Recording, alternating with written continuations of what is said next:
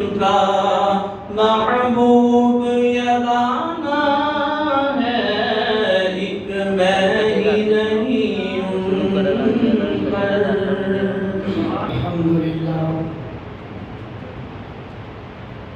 الحمدللہ رب العالمین، والصلاة والسلام علی رسولہ الکریم، اما بعد فاعوذ باللہ من الشیطان الرجیم، بسم اللہ الرحمن الرحیم۔ محمد رسول اللہ والذین معہ اشداء علی الکفار رحماء بینہم تراہم رکعا سجدا۔ آمنت باللہ صدق اللہ العظیم ونحن علی ذلک لمن الشاہدین والشاکرین والحمد للہ رب العالمین۔ ان اللہ وملائکتہ یصلون علی النبی یا ایھا الذین آمنوا صلوا علیہ وسلموا تسلیما۔ درود پڑھیے، الصلاۃ والسلام علیک یا سیدی یا رسول اللہ وعلی آلک وصحبک یا سیدی یا حبیب اللہ۔ الصلاۃ والسلام علیک یا سیدی یا نبی اللہ وعلی آلک وصحبک یا رحمۃ للعالمین۔ حضرات گرامی، مجھے جو موضوع دیا گیا ہے وہ ہے سیدنا عثمان غنی رضی اللہ تعالی عنہ۔ ابھی قبلہ قاری صاحب نے بھی تلاوت کے دوران یہی آیا کریمہ جو میں نے خطبے میں پڑھی ہے، آپ نے بڑے عمدہ انداز میں اس کی تلاوت فرمائی ہے۔ رب فرماتا ہے محمد رسول اللہ، محمد اللہ کے رسول ہیں، والذین معہ، اور جو اس رسول کے ساتھ ہے۔ اب ساتھ کون ہے؟ ابو بکر صدیق رضی اللہ تعالیٰ عنہ۔ اس آیت کا یہ جو حصہ ہے نا والذین معہ، اس سے مراد ابو بکر صدیق ہے۔ اشداء علی الکفار، کافروں پر سخت ہے۔ اس سے مراد حضرت فاروق اعظم ہیں۔ رحماء بینہم، یہ آپس میں بڑے نرم مزاج ہیں، نرم دل ہیں، نرم مزاج ہیں۔ آیت کے اس حصے کا مطلب عثمان غنی ہیں رضی اللہ عنہ۔ تراہم سجدا رکعا، آپ دیکھیں گے ان کو کبھی سجدے کرتے ہوئے، کبھی رکوع کرتے ہوئے۔ آیت کے اس جز سے مراد مولا کائنات علی کرم اللہ وجہہ الکریم ہے۔ یعنی اس آیت میں اللہ نے اپنے محبوب کا بھی ذکر فرما دیا اور اپنے محبوب کے ان 4 صحابہ کا بھی ذکر فرما دیا۔ محمد اللہ کے رسول ہیں اور جو محمد کے ساتھ ہیں، والذین معہ، محمد کے ساتھ آج بھی دیکھ لیں ابو بکر صدیق ہیں۔ اشداء علی الکفار، کافروں پر سخت ہیں، حضرت فاروق اعظم رضی اللہ عنہ۔ رحماء بینہم، یہ آپس میں نرم دل ہیں۔ آیت کے اس جز سے مراد حضرت عثمان غنی رضی اللہ تعالی عنہ ہیں، جن کا ذکر خیر سننے سنانے کے لیے ہم جامع مسجد کرما والی میں جمع ہوئے ہیں۔ اللہ کی بارگاہ میں دعا اللہ ہماری حاضری کو قبول فرمائے۔ میں چند آپ کے جو کارنامے ہیں عثمان غنی رضی اللہ تعالیٰ عنہ کو ذکر کروں گا۔ آج ہمارے پاس جو قرآن ہے نا، یہ کتابی شکل میں، یہ پہلے کتابی شکل میں نہیں تھا۔ آقا اسلام کے زمانے میں، نبی کریم علیہ السلام کے زمانہ اطہر میں قرآن شریف مختلف حصوں پر لکھا ہوا تھا۔ اونٹ کے شانوں کی ہڈیوں پر، کھجور کی چھالوں پر، کیا کہیں کپڑے پر، یا پتھروں کی سروں پر، یعنی کئی جگہ پر قرآن شریف تھوڑا تھوڑا لکھا ہوا تھا، ایک جگہ پہ یکجا نہیں تھا، اکٹھا نہیں تھا۔ آقا علیہ السلام کے وصال کے بعد پہلے خلیفہ بنے حضرت ابو بکر صدیق رضی اللہ عنہ. تو ابو بکر صدیق کے زمانے میں 4 لوگوں نے اعلان نبوت کیا. کتنے لوگوں نے؟ 4 لوگوں نے ابو بکر صدیق کے زمانے میں. 3 مرد اور 1 عورت. مرد جو ہیں مسلمہ کذاب، اسود عنسی، طلیحہ بن خویلد، یہ 3 مرد ہیں، اور سجا بنت حارث یہ عورت ہے. اس نے بھی اعلان نبوت کیا تھا ابو بکر صدیق کے دور میں.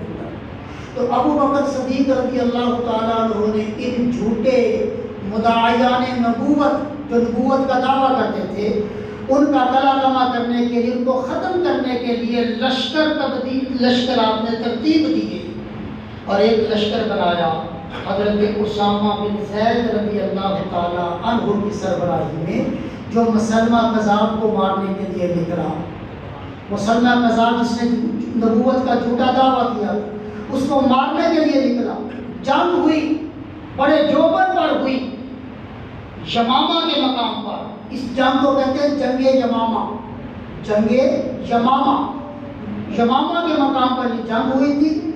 ابو بکر صدیق کے زمانے میں سپہ سالار تھے حضرت اسامہ بن زید رضی اللہ عنہ. اس جنگ میں بہت سے حافظ قرآن شہید ہو گئے.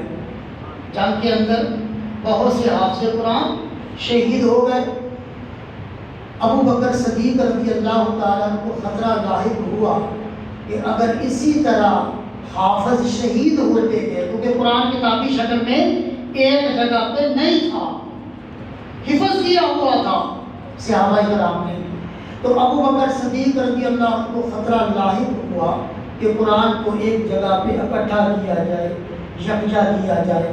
تو ابو بکر صدیق نے ڈیوٹی لگائی حضرت زید بن ثابت رضی اللہ تعالیٰ عنہ کی کہ آپ ایسا کریں، جدھر جدھر بھی قرآن بکھرا ہوا ہے، ہڈیوں پہ ہے، پتھروں پہ ہے، کھجور کی چھالوں پر ہے، ان کو ایک جگہ پہ یکجا کیا جائے، اکٹھا کیا جائے، ایک جلد میں تیار کیا جائے. اگر حافظ شہید ہوتے گئے تو قرآن جاتا رہے گا، قرآن ختم ہو جائے گا. سینوں میں قرآن ہے، حافظ اگر شہید ہوتے گئے تو قرآن کے جانے کا اندیشہ تھا. تو ابو بکر صدیق نے زید بن ثابت سے کہا کہ آپ قرآن کو لکھیں. زید بن ثابت رضی اللہ تعالیٰ نے قرآن منگوایا، ادھر سے منگوایا، ادھر سے منگوایا، جہاں جہاں قرآن پڑا ہوا تھا ہڈیوں پر، پتھروں پر، اس قرآن کو ایک جگہ پہ یکجا کیا، اکٹھا کیا، اس کو لکھا گیا. اکیلے زید بن ثابت ہی نہیں بلکہ تاریخ میں آتا ہے 10 صحابہ اور بھی تھے. حضرت زید قرآن کی آیت پڑھتے تھے، سامنے بیٹھے 10 صحابہ اس کی تصدیق کرتے تھے اور پھر اس آیت کو ایک جگہ علیحدہ لکھ لیا جاتا تھا. اس طریقے کے ساتھ قرآن شریف کو ایک جگہ پہ اکٹھا کیا گیا اور قرآن شریف ایک جلد بنائی گئی. ابو بکر صدیق کے زمانے کے بعد دوسرے خلیفہ بنے حضرت فاروق اعظم رضی اللہ تعالیٰ. تو آپ کے دور میں بھی وہی ایک قرآن چلتا رہا. تیسرے خلیفہ بنے عثمان غنی رضی اللہ عنہ. تو حضرت عثمان غنی رضی اللہ کے زمانے میں حضرت حذیفہ بن یمان رضی اللہ عنہ نے عرض کی، اے امیر المومنین، میں آذربائیجان گیا ہوں، آرمینیا گیا ہوں، میں نے وہاں پہ دیکھا ہے کہ لوگ قرآن میں غلطیاں کر رہے ہیں، غلط مرد پڑھ رہے ہیں، ان کے لہجے مختلف ہیں. حضرت عثمان غنی رضی اللہ تعالیٰ عنہ نے ضرورت محسوس کی کہ قرآن کو ایک ہی عربی لہجے کے اندر پڑھا جائے، قرآن کو ایک ہی عربی زبان کے اندر جو ہے جیسے اترا ہے اسی طریقے سے کے ساتھ لوگوں کے سامنے قرآن کو لایا جائے، تاکہ کوئی اپنی طرف سے قرآن کے اندر کوئی چیز ایڈ نہ کر دے، اپنی طرف سے کوئی چیز لے کر نہ آ جائے. عثمان غنی رضی اللہ عنہ نے وہ قرآن جو اس وقت حضرت حفصہ نبی کریم علیہ السلام کی زوجہ محترمہ ام المومنین عمر فاروق کی بیٹی رضی اللہ عنہا کے پاس تھا، آپ نے وہ قرآن منگوایا. وہ ایک ہی قرآن تھا اس وقت، ایک ہی قرآن تھا. وہ منگوایا اور منگوا کر سامنے رکھوایا اور صحابہ 3 صحابہ سے کہا اس قرآن کو سامنے رکھو اور اس کی کاپیاں کرو، اس قرآن کی طرف دیکھ کر اس کی کاپیاں بناؤ، کیونکہ اس زمانے میں پرنٹنگ کا انتظام نہیں ہوتا تھا۔ آج تو کاغذ پہ پرنٹ ہے نا قرآن، اس زمانے میں دیکھ دیکھ کر اس کو لکھا جاتا تھا، اس طریقے سے اس کے ساتھ کاپیاں بنی۔ آج ہماری مسجدوں کے اندر آپ کے پاس جو قرآن موجود ہے یہ حضرت عثمان غنی رضی اللہ تعالی عنہ ہی کی کاوش ہے، انہی کی کوشش ہے کہ آج آپ دنیا کے کسی بھی خطے میں چلے جائیں، کہیں بھی چلے جائیں، جب بھی آپ قرآن کو دیکھتے ہیں، پڑھنے کا لہجہ مختلف ہو سکتا ہے لیکن قرآن وہی ہے۔ دنیا کے کسی بھی خطے میں چلے جائیں تو آپ کو وہ قرآن ملے گا جو سیدنا عثمان غنی رضی اللہ تعالی عنہ کی کاپی چلی آ رہی ہے۔ آج مسجدوں کے اندر قرآن موجود ہے، کاغذ پر پرنٹ ہے، یہ وہی قرآن ہے جو عثمان غنی رضی اللہ تعالی عنہ نے اس کی کاپی کی تھی۔ پھر آپ نے ایک کاپی جو ہے قرآن مصر میں بھیجی، دمشق میں بھیجی، آج بھی اس قرآن کی ایک کاپی استنبول کے اندر موجود ہے۔ ترکی کا دارالخلافہ ترکیہ، اب ترکیہ کہا جائے گا، ترکیہ کا دارالخلافہ جو ہے اس کے شہر استنبول کے اندر آج بھی اس قرآن کی ایک کاپی موجود ہے جو سیدنا عثمان غنی رضی اللہ تعالی عنہ کے زمانے میں لکھی گئی تھی۔ تو آپ کو جامع قرآن بھی کہا جاتا ہے۔ عثمان غنی جامع القرآن ہے کہ جنہوں نے قرآن کی کئی کاپیاں کروا کر مختلف صوبوں میں کیپٹل سٹی ہے وہاں بھیجی تاکہ قرآن کا کوئی اختلاف نہ کرے۔ یہی وجہ ہے کہ اب قرآن میں کوئی اختلاف نہیں ہے، دنیا کے کسی بھی خطے میں چلے جائیں تو جو عثمان غنی رضی اللہ تعالیٰ عنہ کی کاوش ہے آپ کو وہ نظر آئے گی قرآن کی شکل میں۔ اگر خدا نہ خواستہ قرآن شریف کتابی شکل میں نہ بھی ہو، کہ کتابی شکل میں تو ہماری سہولت کے لیے ہے نا، یہ عربی کو نہیں جانتے، عام بندہ نہیں پڑھ سکتا، کتابی شکل میں قرآن اس لیے ہے تاکہ عام بندہ بھی قرآن کی تلاوت کر سکے، وگرنہ یہ قرآن حافظوں کے سینوں میں نسل در نسل چلا آ رہا ہے اور قیامت تک یہ چلتا رہے گا۔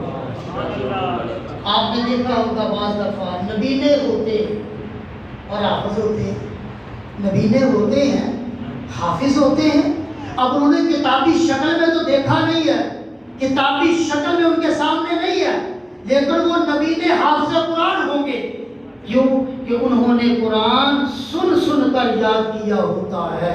حافظ پڑھتا ہے، وہ قرآن کو سنتے ہیں اور اس کو یاد کر لیتے ہیں۔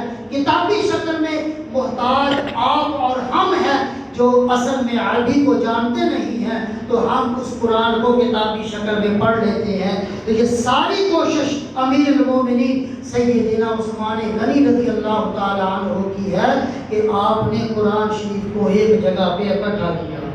سبحان اللہ۔ علاقو خان کا نام آپ نے سنا ہوگا، لفظ علاقو خان نہیں ہے، لفظ علاقو خان ہے۔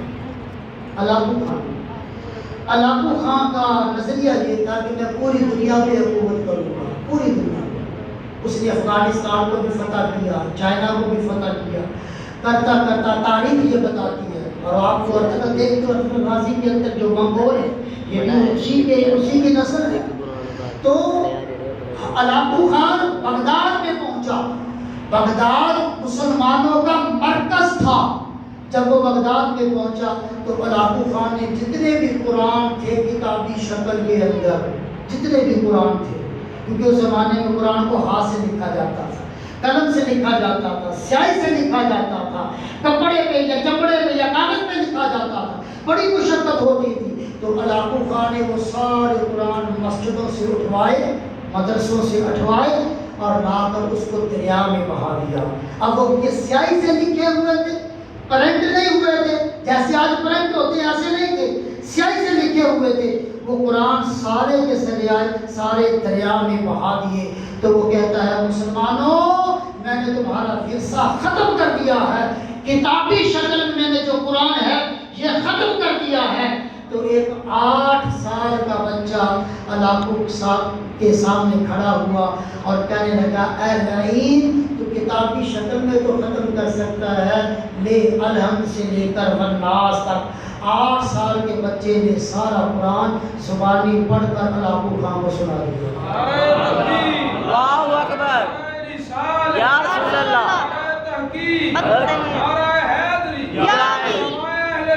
زندہ باد۔ اگر یہ آج کتابی شکل میں نہ بھی ہو تو حافظوں کے سینوں میں سینہ بسینہ یہ قرآن چلتا آ رہا ہے کہ اللہ اس کی خود حفاظت فرمانے والا ہے، اسی نے نازل کیا ہے اور وہی اس کی حفاظت فرمانے والا ہے۔ تو آج آپ کے پاس جو کتابی شکل میں قرآن ہے یہ کاوش ہے حضرت عثمان غنی رضی اللہ تعالی عنہ کی۔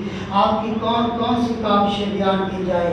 عثمان غنی رضی اللہ تعالی عنہ جب آقا علیہ السلام مکہ سے ہجرت فرما کر مدینہ تشریف لائے تو مدینے میں ایک ہی کنواں تھا، پانی کا ایک ہی کنواں تھا، وہ بھی یہودی کی ملکیت، یہودی مالک تھا اس کنویں کا، ایک ہی کنواں تھا مدینے کے اندر، اور یہودی پیسے لے کر پانی بیچا کرتا تھا، پیسے لیتا تھا اور پانی بیچا کرتا تھا۔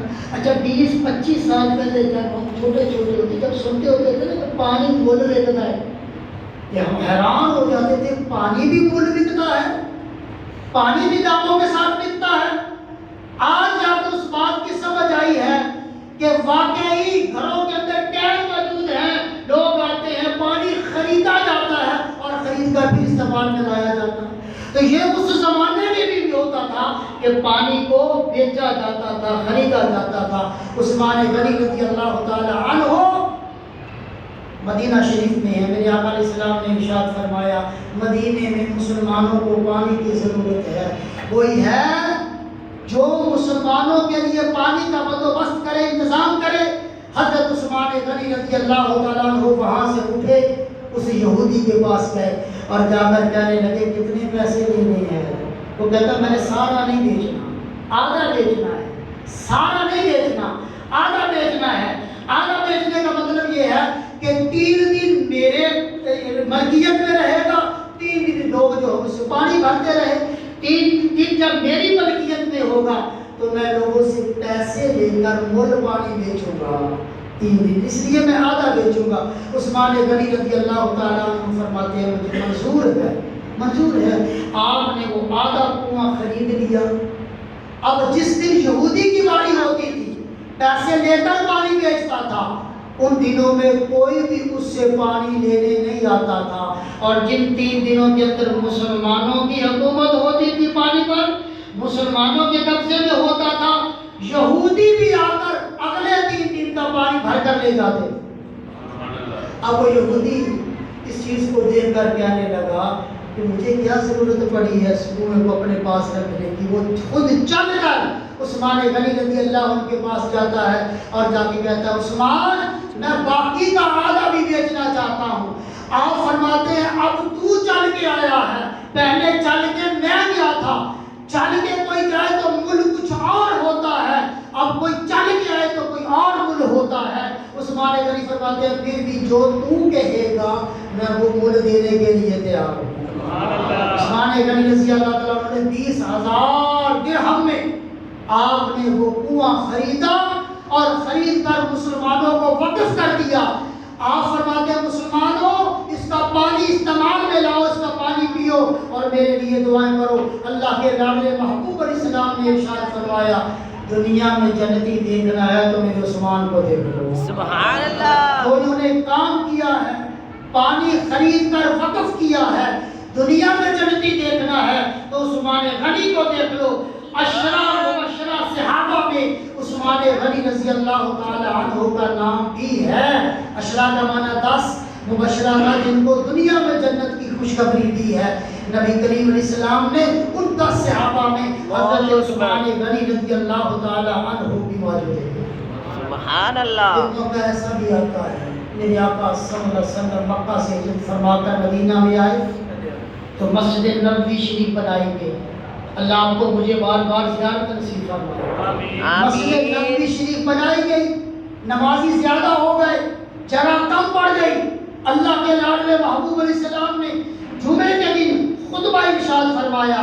آقا علیہ السلام فرماتے ہیں جو 7 والا پلاٹ خرید کر مسجد کو دودھ دے گا میں محمد عربی اس کو جنت کا ٹکٹ دوں گا. 7 والا پلاٹ خریدے گا اور خرید کر جنت دے گا، مسجد کو دے گا، اس کو جنت کی خوشخبری ہے. عثمان غنی رضی اللہ تعالیٰ عنہ اٹھے اور گئے اور مالک سے کہنے لگے، بعض روایت میں آتا ہے 2 یتیم بچے وہاں اس کے مالک تھے، آپ نے منہ مانگی، رقم ان کو دی اور دے کر وہ پلاٹ خرید کر مسجد کو وقف کر دیا. آج مسجد نبوی شریف کے اندر وہ حصہ وہ پلاٹ موجود ہے جو عثمان غنی رضی اللہ تعالی عنہ نے اپنے پیسوں سے خریدا تھا اور مسجد کو وقف کیا تھا. اللہ کے پیارے محبوب فرماتے ہیں دنیا میں جنتی دیکھنا ہے، اب پھر اللہ کے محبوب ٹکٹ عطا فرما رہے ہیں عثمان غنی رضی اللہ تعالی عنہ کو کہ دنیا میں جنت کی بشارت دی جا رہی ہے. عثمان غنی رضی اللہ عنہ اتنے فضائل ہیں، اگر ان کو بیان کیا جائے تو بہت وقت درکار ہوتا ہے. آپ کو ذوالنورین کہتے ہیں، ذو کا معنی والا اور نورین 2 نوروں والا. ذوالنورین کا مطلب ہے 2 نوروں والا. عثمان غنی کو ذوالنورین کہتے ہیں، آپ 2 نوروں والے ہیں. اس کا مطلب یہ ہے کہ عثمان غنی کے نکاح کے اندر نبی کریم علیہ السلام کی 2 نور نظر، 2 بیٹیاں رقیہ اور ام کلثوم رضی اللہ تعالی عنہما، نبی کی 2 بیٹیاں عثمان غنی کے نکاح میں ہیں. پہلے رقیہ سے نکاح ہوا، اللہ کے پیارے محبوب علیہ السلام نے اپنی بیٹی حضرت رقیہ کا نکاح عثمان غنی رضی اللہ تعالی عنہ کے ساتھ کیا. اور جب پہلی ہجرت ہوئی ہے نا حبشہ کی طرف، پہلی ہجرت ہوئی ہے، یہ دوسری ہجرت مدینہ کی طرف، اس سے پہلے حبشہ کی طرف ہجرت ہوئی ہے، تو اللہ کے لاڈلے محبوب کی پیاری بیٹیاں حضرت رقیہ اپنے شوہر عثمان غنی رضی اللہ تعالی عنہ کے ساتھ پہلی ہجرت میں شامل تھی. جنگ بدر کے موقع پر جب آقا علیہ السلام بدر فتح فرما کے آ رہے تھے، رقیہ کا انتقال ہو گیا. اللہ کے پیارے محبوب علیہ السلام نے اپنی دوسری بیٹی حضرت ام کلثوم کا نکاح عثمان غنی کے ساتھ کر دیا. ایک موقع ایسا بھی آیا بی بی ام کلثوم کا انتقال ہو گیا. اللہ کے لاڈلے محبوب علیہ السلام نے ارشاد فرماتے ہیں یہ میری 2 بیٹیاں تھیں، کیونکہ فاطمہ کا نکاح تو علی سے ہے، میری 2 بیٹیاں تھیں، اگر 40 بیٹیاں بھی ہوتی تو میں عثمان غنی رضی اللہ تعالی عنہ کے نکاح میں یکے بعد دیگرے دیتا. سبحان اللہ. پیارے آقا علیہ السلام کا یہ بھی فرمان ہے. آقا فرماتے ہیں کہ عثمان وہ ہے جس سے اللہ کے فرشتے بھی حیا فرماتے ہیں. سبحان اللہ. عثمان وہ ہے کہ اللہ کے فرشتے بھی حیا فرماتے ہیں. مشہور روایت ہے، گرمیوں کا دن ہے، پیارے آقا علیہ السلام نے تہمت باندھی ہوئی ہے، دھوتی باندھی ہوئی ہے، آپ لیٹے ہوئے ہیں، آپ کی پنڈلی ننگی ہے. پنڈلی جنوں اسیاں میں ہے، پنڈلی ننگی ہے. اللہ کے پنڈلی جو ہے یہ سطر میں شامل نہیں ہے. پنڈلی سطر میں ننگ پن میں شامل نہیں ہے. ننگ پن کیا ہے، سطر کیا ہے مرد کا، ناف سے لے کر گھٹنے تک، یہ سطر ہے مرد کا. یہ ڈھانپنا ضروری ہے. اللہ کے پیارے محبوب علیہ السلام تہمت باندھا ہوا ہے، آپ لیٹے ہوئے ہیں.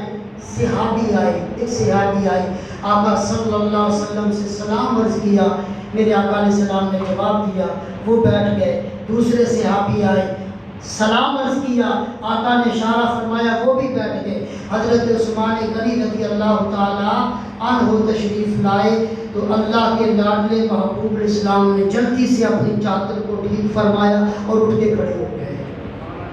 چادر کو ٹھیک فرمایا. حالانکہ یہ جو پنڈلی ہے یہ تو سطر میں شامل نہیں ہے، اگر یہ ننگی بھی ہو جائے تو نماز تو ہو جاتی ہے. تو اللہ کے لاڈلے محبوب صلی اللہ علیہ وآلہ وسلم نے اپنی پنڈلی کو ڈھانپ لیا. سیدہ عائشہ صدیقہ رضی اللہ تعالیٰ عنہا راوی ہے، آپ عرض کرتی ہیں یا رسول اللہ صلی اللہ علیہ وسلم فلاں آئے آپ اٹھے نہیں، فلاں آئے آپ اٹھے نہیں، عثمان غنی آئے ہیں تو آپ اٹھ کے کھڑے ہو گئے ہیں اور اپنی چادر کو ٹھیک فرما لیا ہے. اللہ کے لاڈلے محبوب علیہ السلام نے ارشاد فرمایا عائشہ میں اس سے کیوں نہ حیا کروں جس سے اللہ کے فرشتے بھی حیا فرماتے ہیں۔ سبحان اللہ۔ بڑے ہی دھیرے مزاج والے عثمان غنی رضی اللہ تعالیٰ رحماء بینہم، آیت کے اس جز کے مصداق بڑے نرم مزاج والے۔ جب آپ پر حملہ کیا گیا ہے، بلوائیوں نے، دہشت گردوں نے مدینہ شریف پر حملہ کیا ہے، تو مولا کائنات علی کہتے ہیں آپ مجھے حکم دیں ان کی گردنیں اڑا دوں۔ آپ فرماتے ہیں نہیں، ان کو کچھ نہیں کہنا، یہ نبی کا مدینہ ہے، اللہ کے محبوب کا پیارا شہر ہے، اور لجپال کریم کا فرمان ہے جس نے یہاں قتل و غارت کی، خون خرابہ کیا، بلکہ کسی کو ڈرایا یا دھمکایا، اللہ کے پیارے محبوب فرماتے ہیں اس کی قیامت والے دن شفاعت نہیں کروں گا۔ خبردار، میری طرف سے کوئی بندہ بھی نہیں اٹھے گا، ان کا جو کام ہے ان کو کرنے دو۔ عثمان غنی اتنے دھیمے مزاج والے، اتنے صلح پسند، اتنے رحم دل کہ آپ خاموشی کے ساتھ ان کے ظلم سہتے ہیں۔ پانی بھی بند کیا گیا ہے، 40 دن پانی بند رہا ہے عثمان غنی رضی اللہ تعالی عنہ پر۔ بلوائیوں نے، دہشت گردوں نے عثمان غنی رضی اللہ تعالی عنہ کو اپنے گھر تک محصور کر دیا، قید کر دیا، پانی بھی بند کر دیا، 40 دن پانی بند رہا۔ مولا کائنات نے اپنے شہزادوں سے کہا، حسن اور حسین سے کہا جاؤ میرے شہزادوں تم چلے جاؤ اور اپنے چچا حضرت عثمان غنی رضی اللہ عنہ کے گھر کا پہرا دو۔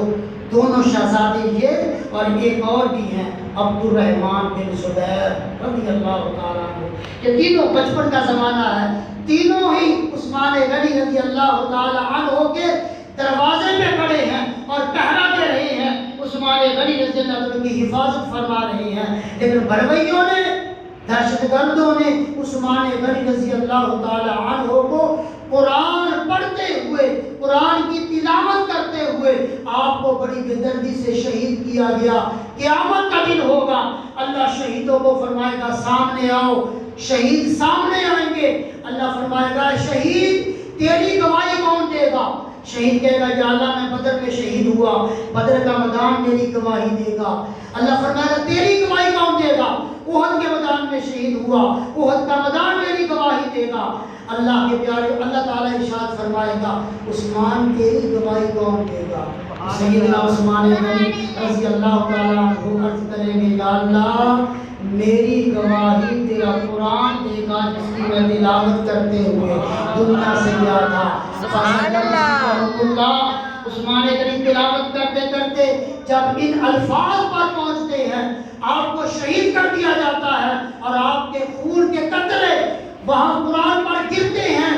استنبول کے میوزیم کے اندر آج بھی وہ قرآن موجود پڑا ہوا ہے جس پر عثمان غنی رضی اللہ تعالی عنہ کے خون کے قطرے گرے ہوئے ہیں۔ سبحان اللہ۔ رضی اللہ تعالی عنہ ورضوا عنہ، یہ وہ مقدس ہستی ہیں، اللہ ان سے راضی ہو گیا ہے، یہ اللہ سے راضی ہو گئے ہیں۔ دعا ہے اللہ تعالی ہم سب کی حاضری کو قبول فرمائے۔ وما علینا الا البلاغ والمرسلین، اللہ کریم ہم سب کی حاضری کو قبول فرما۔ یا اللہ ہمارا مل بیٹھنا منظور فرما، اس محفل پاک کو شرف قبولیت عطا فرما۔ قائد قبلہ قاری صاحب کی کوشش کو، کاوش کو اپنی بارگاہ میں قبول فرما۔ مولا کریم اس محفل پاک میں جن جن دوستوں نے جس طریقے کے ساتھ بھی کوئی تعاون کیا ہے سب کے تعاون کو قبول فرما۔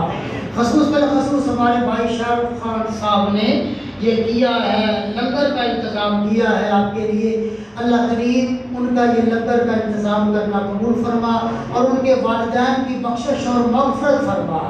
جتنے بھی دوست احباب موجود ہیں جن کے جو عزیز اقارب دنیا سے گئے ہیں، یا اللہ سب کی مغفرت فرما، سب کو جنت کے اندر اعلیٰ مقام عطا فرما۔ ان علماء کا سایہ ہمارے سروں میں قائم دائم فرما۔ اللہ کریم اپنے پیارے محبوب علیہ السلام کی ہم سب کو شفاعت نصیب فرما۔